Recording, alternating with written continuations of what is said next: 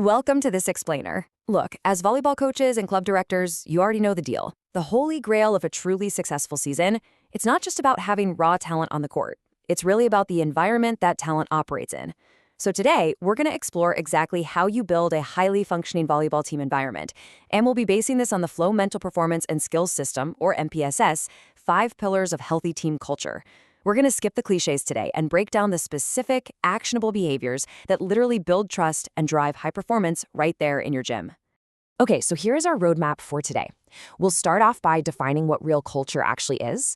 Then we'll move right into our foundational pillars. That's respect and accountability, connection under pressure, and resilience and learning. And finally, we'll wrap up by looking at your lasting impact as a coach. All right, jumping right in with Section 1, Defining Real Culture. We're going to look at why we absolutely must prioritize active habits over passive slogans. You know that feeling when you walk into a truly healthy gym, right? You can instantly sense that focused energy before anyone even says a word. The gym is totally dialed in, but it doesn't have that heavy, suffocating tension. Athletes are actually chatting with each other during warm-ups because it's a habit, not just because they feel obligated to. But, well, there's a trap we all kind of fall into. It's so easy to try and build team identity by just slapping a "teamwork makes the dream work" poster on the locker room wall. Let's be real for a second. A slogan doesn't fix a shanked pass, does it? Real culture is never just a poster. It is exactly how your team handles a missed serve in a super tight set without flinching. When that serve hits the net, does the whole team tense up? Or does a teammate clap? You nod, and the next play just starts with this quiet steadiness. Culture is built moment by moment. It's in how your team handles fatigue, conflict, and just the long, everyday grind of the volleyball season. Honestly, if you want to know what your actual culture looks like, you have to watch the small moments. It's that quick little check-in after an error. It's the tone of your voice during a timeout. It's how your bench reacts when the momentum suddenly swings to the other side of the net. Over time, these tiny emotional choices teach your players exactly how pressure is supposed to feel and how they need to function together when the stakes get high. Moving right along to Section 2, Respect and Accountability, the absolute bedrock of trust. First up is respect. This is the unspoken foundation of trust. But I want to be super clear here. Respect is not about soft standards, and it's definitely not about making sure everybody gets a trophy. It lives in the really granular details of your practice. It's a setter keeping direct eye contact with you while they're receiving hard feedback. It's you, the coach, correcting a missed pass without having to raise your voice. When athletes feel safe enough to compete with total honesty, hard coaching actually becomes possible. It's not just about how you treat your star outside hitter, It's about how you treat the player who's currently struggling on the bench. Now, accountability is one of those things that gets misunderstood all the time. But here, we're defining it simply as ownership without collapse. Way too often, accountability gets framed as blame or punishment. But in a truly healthy culture, it's the willingness to pause, recover, and just get back to work. And club directors, listen up, because this applies to coaches too.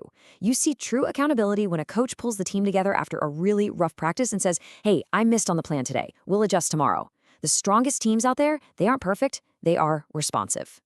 And here is exactly what ownership without collapse sounds like in your gym. Imagine an athlete shanks a pass, right? But then she looks her teammates dead in the eye and says calmly, "That's on me. Let's reset. Next ball." Boom, she completely prevents a downward spiral. There's zero drama. She turns a mistake into an immediate chance to regroup. When this becomes the norm in your gym, mistakes stop being reasons to shut down, and they actually become opportunities to engage. Let's head into Section 3, Connection under Pressure. Let's talk about why nobody wins alone when the heat of the season turns up. Connection is basically the thread that makes hard feedback usable and high-stakes pressure survivable. It's what literally holds your rotation together. When athletes are deeply connected, they borrow steadiness from one another. The best teams, they don't just walk around talking about being a family, they actually step up and act like one when things get incredibly difficult on the court. You can literally see this connection in action through small but super vital rituals. It's a shared handshake right before a tense serve-receive. It's a wordless nod across the net after a massive block. You really see it when an athlete is fighting some serious nerves and a teammate just leans in to quietly say, "Hey, you've got this." Or think about after a controversial call by the ref, your bench rallies around the group on the floor instead of pointing fingers. That right there, that is connection doing the heavy lifting. Which brings us to Section 4, Resilience and Learning. This is all about how your teams process adversity and prioritize continuous growth. Real resilience is incredibly misunderstood. It is not about pretending that mistakes don't sting or just stuffing your emotions down. It's entirely about recovery. You see it when, say, you're watching an opponent go on a terrifying 5-point run. You call a timeout, and instead of panicking, your team steps back onto the court with more composure than they had before. A resilient culture teaches your athletes that a mistake is simply a recoverable state. The core message is always, we can come back from this. And that leads directly to the fifth pillar, a commitment to learning. The best teams out there shift their ultimate goal from perfection over to adaptation. And doing that requires a few key things. You have to treat mistakes as data rather than indictments. You need to ensure feedback is highly usable rather than feeling like a personal attack. And you have to value curiosity over ego. When you apply these principles, you're not just creating coachable athletes, you're creating self-driven ones. When your gym is truly committed to learning, this is exactly what it sounds like. You will literally hear curiosity replacing ego in their post-practice questions. Coach, what did you see on that last run? Can I try that approach one more time? An athlete asking you to experiment, even in high-stakes moments, means they're open and engaged, not defensive. They process information faster, and because of that, they recover faster. Finally, Section 5, the coach's lasting impact.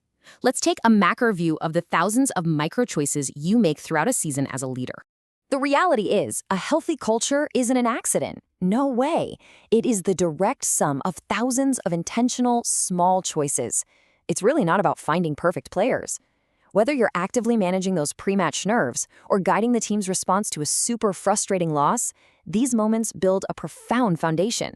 Stepping back for a second, you and your team are learning together how to stay engaged and adaptable through absolutely every single challenge the season throws your way. So, as a leader, I want to leave you with this to chew on.